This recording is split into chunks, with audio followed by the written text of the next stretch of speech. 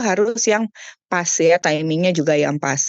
Jadi kadang-kadang ada orang yang pas untuk bidang tertentu, tapi kalau dia di bidang yang lain mungkin akan menimbulkan kontra dari orang karena ada yang membuat apa namanya, orang cenderung untuk mereject orang tersebut. Jadi kita harus lihat dulu kira-kira yang lebih bisa persuasif di depan publik tuh siapa sebetulnya. Nah, informasi-informasi yang disampaikan ini juga harus sesuatu yang selektif, harus banyak unsur positifnya dengan menekankan memperkecil kepada aspek negatif yang ingin kita sampaikan.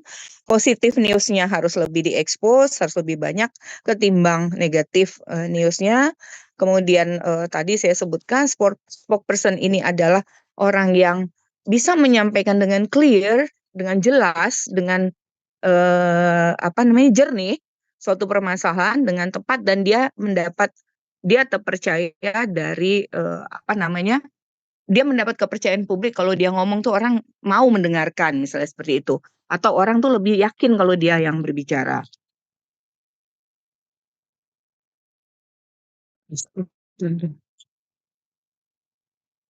Oh, oke, iya Irgi. Baik. Nah, saya lanjutkan. Timing yang tepat tadi. Tadi saya sampaikan timing itu perlu menjadi perhatian juga ketika kita ingin muncul ke depan audiens, ke depan publik. Misalnya di sini disebutkan informasi mengenai berita-berita yang sedapat mungkin yang digaungkan ini adalah yang positif, ketimbang tadi saya sebut yang sesuatu yang sifatnya negatif. Nah, yang apa sih yang perlu kita perhatikan ketika kita ingin menyampaikan hal-hal yang membawa impact yang positif? Itu dapat dikomunikasikan melalui apa aja yang sudah dilakukan oleh perusahaan kita. Action apa yang sudah dilakukan dari perusahaan kita ke publik, misalnya. Sumbangsi apa yang sudah kita berikan kepada publik. Misalnya tanggal 2 nanti adalah Hari Pendidikan Nasional. Pas banget nih kalau kita menyampaikan bahwa sumbangsi sosial kita adalah dari UI itu biasanya ada gerakan UI mengajar misalnya. Itu sampai ke daerah 3T, daerah yang terjauh, terpelosok atau terpinggirkan, terdepan dari Indonesia ya, yang hampir tidak pernah disentuh teknologi komunikasi seperti kalian yang ada di perkotaan, tapi anak-anak ini pergi sana misalnya. Nah, nanti yang menjadi juru bicara adalah orang yang turun ke sana menceritakan apa dedikasi atau sumbangsi yang sudah diberikan. Itu akan lebih menggemakan impact-nya dari apa yang sudah dilakukan oleh orang-orang UI kepada masyarakat. Kemudian dapat pula disesuaikan dengan adanya momentum tertentu, misalnya ketika mungkin ada hari apa namanya tentang hak kekayaan intelektual ya di dunia, kita bisa menyampaikan bahwa di UI itu banyak sekali researcher yang menemukan invention maupun innovation yang sudah dicatat di dalam hak kekayaan intelektualnya itu sudah tercatat. Jadi nggak bisa orang mencaplok begitu saja karya-karya hasil riset dari para pengajar maupun yang ada di Universitas Indonesia. Nah, ini sesuatu yang sangat itu sesuai dengan timingnya pas orang sedang eh, apa namanya euforia di sebuah event, dia bicara tentang itu pasti akan lebih mengena message-nya nantinya. Kemudian di sini juga kita perlu kalau kita mau menyampaikan sesuatu yang sudah publikasikan di media tetapi responsnya negatif, kita harus segera muncul dengan bukti-bukti atau evidence untuk menetralisir isu ini supaya tidak berkembang atau laris menggelinding seperti bola liar misalnya. Dengan cara apa?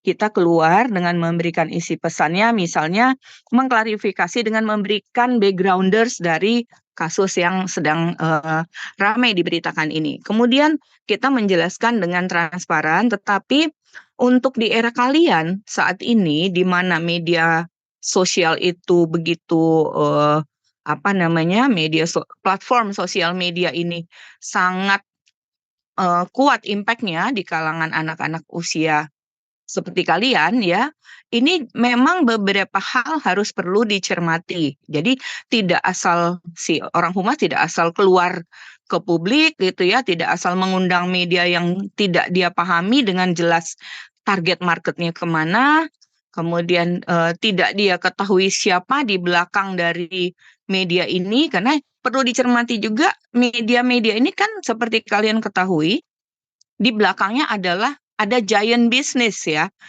Misalnya grup media A di belakangnya ternyata pemiliknya adalah pengusaha. Grup media B ada pengusaha ya B lagi, ada pengusaha media C gitu ya.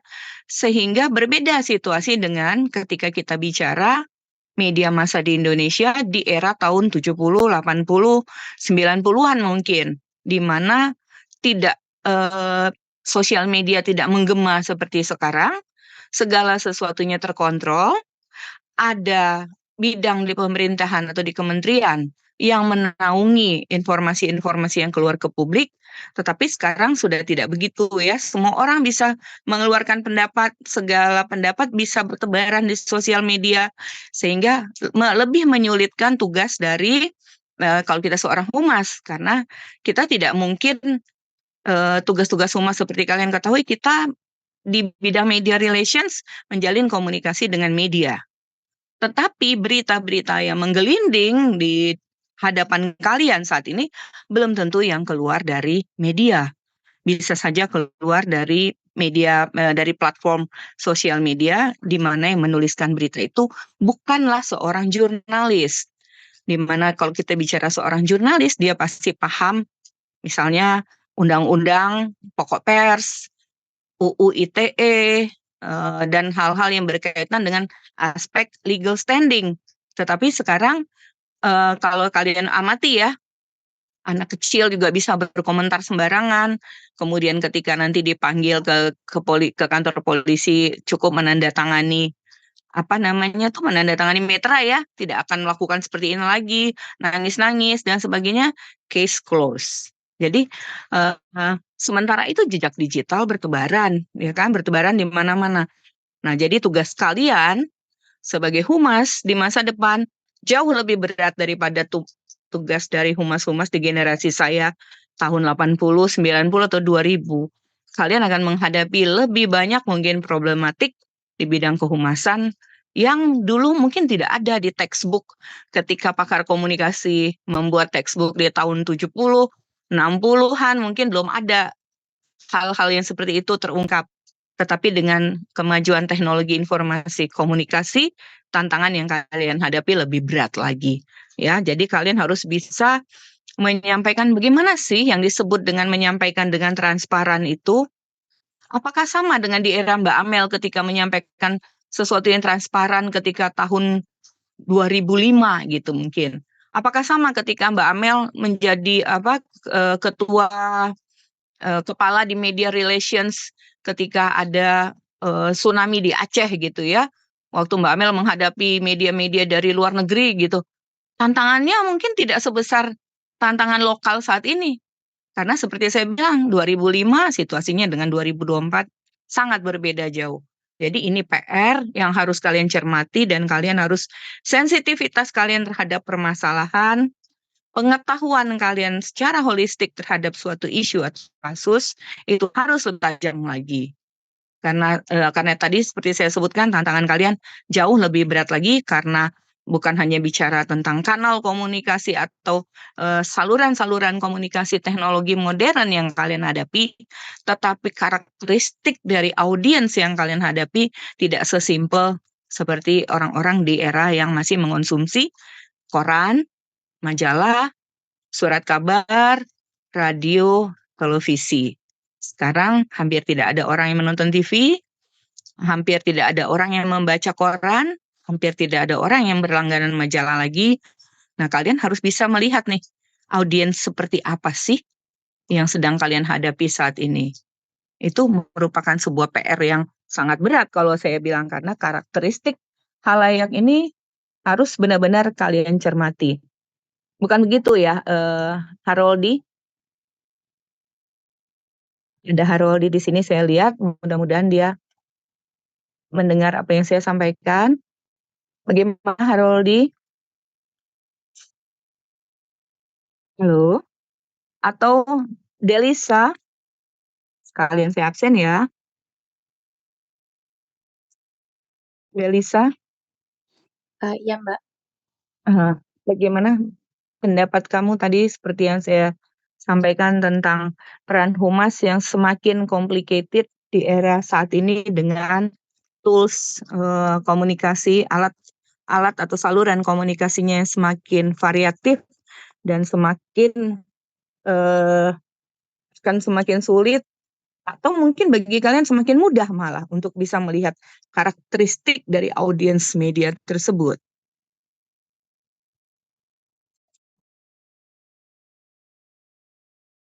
Gimana Delisa? Iya, kalau menurut saya dengan banyaknya tools di saat ini di era digital itu lumayan mempermudah humas, Mbak. Bisa kasih contoh? Contohnya kayak misalkan sosial media. Kan humas itu kan kebanyakan sekarang kan untuk mengukur khalayaknya dari sosial media ya, Mbak. Nah, jadi karena adanya sosial media, kayak kembangannya era digital itu dapat mempermudah humas untuk meng mengklasifikasikan khalayaknya gitu, Mbak. Bagaimana kamu mengklasifikasikannya? Kasih contoh deh, ini saya masih kurang jelas yang kamu maksud. Coba kamu kasih contoh kamu humas di mana misalnya? Di McD, apa di KFC, atau di ruang guru, atau di mana? Ya misalkan kayak humas di McD ya, Mbak, kayak waktu itu sempet yang kayak Zionis itu, Mhm. terus kayak dari McD-nya tuh sebelumnya tuh, nggak McD Indonesia tuh nggak ada klarifikasi, nggak langsung klarifikasi kayak McD Malaysia. Jadi tuh, orang-orang berasumsi kalau misalkan McD Indonesia itu ngedukung, Zionis ini, Mbak. Terus yang kamu maksud tadi lebih mudahnya gimana? Jadi kan kayak pasti tuh orang-orang tuh kan komen gitu ya, Mbak, Di sosial media. iya di sosial medianya. Jadi tuh, Humas McD tuh kayak bisa lebih menganalisis apa yang dimau oleh publik tuh kayak gimana, Mbak. Misalkan kayak publik tuh maunya tuh McD ini ada klarifikasi loh kayak, McD Malaysia gitu. Mhm. Oke, tadi Mbak Amel bilang teknologi informasi komunikasi (TIK) ini kita nggak bisa menafikan keberadaannya ya. Tetapi untuk mengklasifikasikan kalau dia sesama pengguna sosial media mungkin mudah seperti yang kamu sebutkan. Tetapi untuk menyampaikan suatu informasi tertentu, katakanlah kamu dari pemerintah, mau menyampaikan informasi tertentu, saluran komunikasi mana yang mau kamu pergunakan? Kalau kita bicara sosial media berarti harus ada akses internet. Bukan begitu ya, Delisa ya? Iya, Mbak. Iya, harus ada akses internet, kemudian kalau sudah ada pun harus ada pulsa, ya kalau kita menggunakan ponsel, gitu ya. Nah, bagaimana dengan orang yang tidak menggunakan, bagaimana kita menjangkau mereka yang tidak mengenal sosial media? Untuk mereka yang misalnya katakanlah mencari informasi melalui berita online.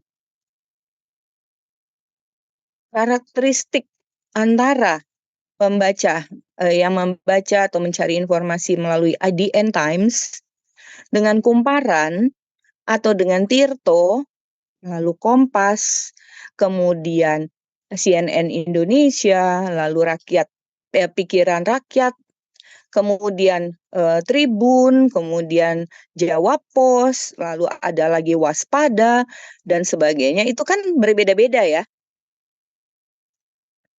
iya nggak? Apakah kamu bisa mengklasifikasikan, tadi kata kamu malah lebih mudah, Mbak. Oke, mungkin kalau kita menggunakan sosial media, bisa saja kita hire vendor sosial media untuk melakukan monitoring media. Kalau berita-berita online bisa kok Mbak monitoring media ya. Oke, kita lakukan monitoring media misalnya untuk berita-berita online. Tetapi yang saya maksud tadi, di era tahun 80-an atau 70-an, dulu ada yang namanya Kementerian apa ya, menteri, saya jadi lupa nih, Kementerian Penerangan, ya, majalah terdata jumlahnya, koran terdata jumlahnya, kemudian tabloid juga terdata, televisi, radio, pemiliknya siapa, jumlah SDM-nya berapa orang yang mendapatkan sertifikasi level 1 untuk sebagai jurnalis dan seterusnya, itu semua ada data itu di kantor Kementerian apa tadi saya bilang, Kementerian Penerangan, ya kan? Sekarang nggak ada Kementerian Penerangan. Lalu kalian disuruh atau diminta untuk melakukan diseminasi informasi atau diminta untuk melakukan campaign tertentu. Jangan yang di benak kalian hanya ada sosial media, karena kan ada banyak juga saluran yang lainnya seperti saya bilang melalui berita-berita online. Nah, ini yang tadi saya bilang tantangannya buat kalian itu berat. Karena kalian nggak bisa tahu nih, seperti dulu pemerintah bisa tahu siapa pemretnya, siapa pemilik modalnya, berapa SDM yang ada di Kompas itu, berapa majalah yang di majalah Tempo, berapa orang jumlah jurnalisnya, berapa orang redaktur seniornya, berapa orang stringernya. Stringer tuh orang yang bekerja lepasnya ya, semacam tenaga alih daya gitu. Berapa orang di sini yang disebut sebagai berapa sekretaris yang hanya menerima surat masuk dan mengirim surat keluar. Data-data itu dulu ada.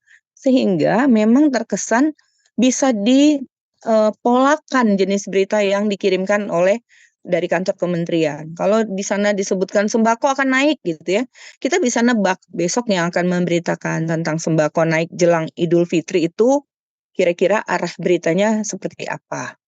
Tapi kalau sekarang dengan adanya pemilik berita-berita online ini juga dari grup-grup yang besar, kemudian di sosial media tadi saya bilang orang bisa merespon negatif. Kalau kalian baca komen-komen netizen itu kan serem-serem ya. Seringkali itu yang memang ada yang menjawab dengan guyonan, tetapi ada yang sangat kritis dan sangat tajam kritiknya gitu. Nah, ini yang tadi saya bilang kalian harus memerlukan seorang juru bicara atau spokesperson yang dia tahu, dia paham kapan harus bicara, kapan dia harus zip his or her mouth, ya kan? Jadi hal-hal ini yang menjadi tantangan bagi kalian nanti ketika kalian menjadi seorang humas dimanapun kalian nanti berada. Saya sih yakin bahwa kalian semua bisa survive dengan tadi sedangkan Delisa aja udah bilang makin mudah Mbak. Oke, nanti tunjukkan bahwa bagi kalian memang mudah cara untuk menaklukkan audiens ataupun media sehingga apa yang kalian sampaikan, message-nya sampai ke publik seperti apa yang kalian inginkan. Ya, kira-kira seperti seperti itu. Kemudian berikutnya adalah intensitas yang berimbang. Di next slide. Nah, kita harus menyampaikan atau membuat publisitas dan mempublikasikan sesuatu atau informasi distrategikan agar dampak yang kita peroleh nanti sebesar-besarnya, seefektif mungkin bagi perusahaan kita. Jadi dia harus, kalau kita bahasa kerennya kita bilang, dia harus inline dengan strategi bisnis dari perusahaan kita. Ya, nggak bisa ujuk-ujuk tiba-tiba tuh apa yang disampaikan oleh si humas, tiba-tiba CEO kita bicara kok gak sama gitu ya. Yang satu mau ke kiri, satu mau ke kanan. Misalnya satu bilang rencana jangka pendek kita sebetulnya sudah ditentukan dalam 2 tahun ini. Sehingga tahun depan adalah rencana jangka menengah. Setelah itu rencana jangka panjang perusahaan kita. Ternyata pimpinan kita bilang, kita sudah ada di rencana jangka menengah, udah lewat tuh rencana jangka pendek kita. Nah ini kan berarti tidak inline apa yang disampaikan itu, kita mau kemana, perusahaan ini mau dibawa kemana, mau jadi nomor 1 di ASEAN kah? Atau di Asia kah? Di bidang apa gitu ya? Kok nggak sinkron antara yang disampaikan? Karena itu perlu kesepahaman dulu sebelum tampil di depan publik tuh si orang humas harus membuat skenario bayangan ya. Jadi membuat Q&A-nya. Q&A inilah yang dibaca nanti oleh si spokesperson yang kita ajak juga untuk tampil ke publik ya. Kalau dia adalah direktur operasional, Q&A-nya udah kita bikin. Kira-kira what if I were a journalist gitu ya? I will ask about questionnya apa? Kita udah tahu satu. Kalau ditanya begini, jawabannya begini. Itu kita skenariokan. Jadi semuanya itu harus inline dengan strategi bisnis perusahaan kita. Next.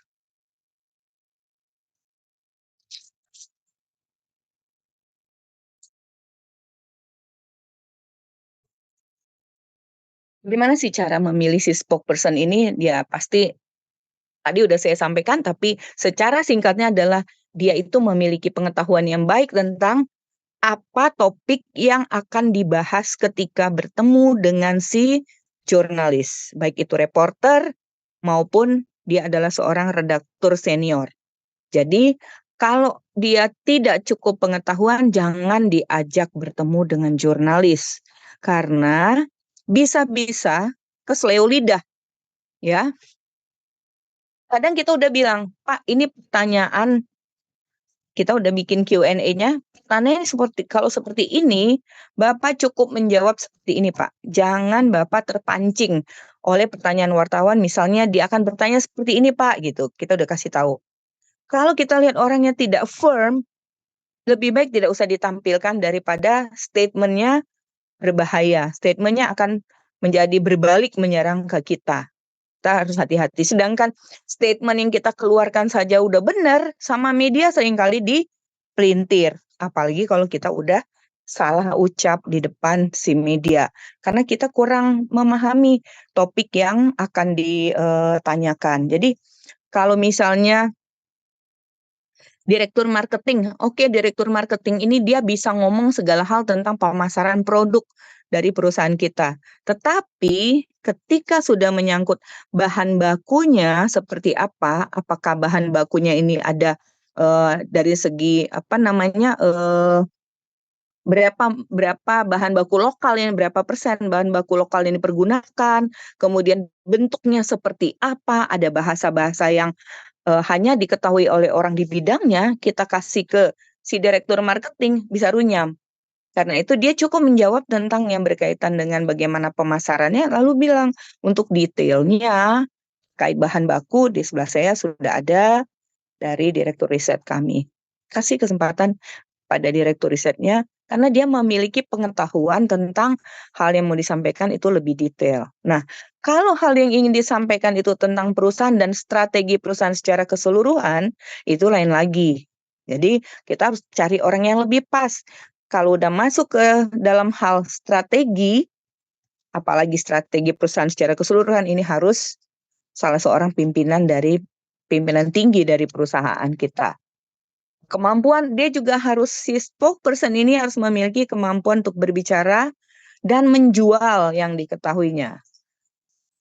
Kalau sekadar bicara mungkin banyak orang ya bisa bicara, tapi menjual itu tidak semudah ketika kita bicara begitu saja. Karena bagaimana cara membuat orang tanpa menyadari dia sudah di-attract untuk katakanlah pro kepada perusahaan kita, mau membeli produk perusahaan kita, mau menjadi juru bicara dalam tanda petik ya, dia akan ceritakan ke orang lain tentang kebaikan perusahaan kita. Karena apa?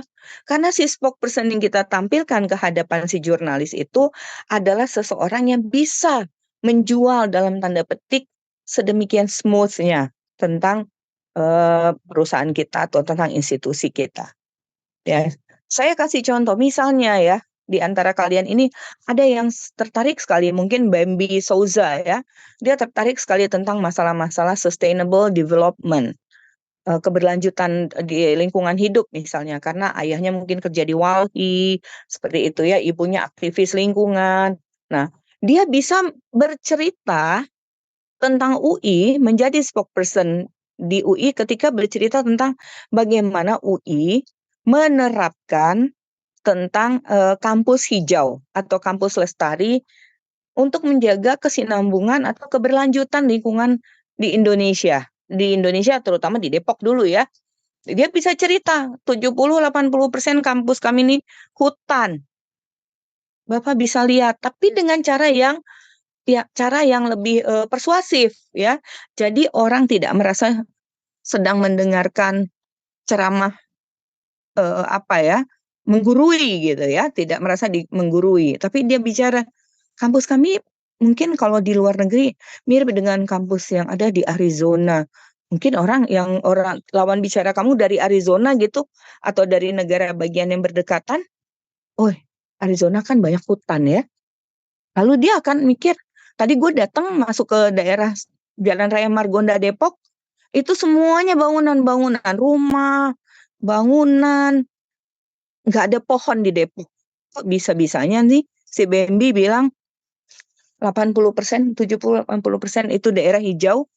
Lalu dia diajak sama si Bambi setelah dia nanti menyampaikan itu, benar. Apa yang disampaikan Bambi, dia menjual tentang apa yang dia sampaikan, itu adalah sesuatu yang benar. Tidak sesuatu yang di-create atau rekayasa.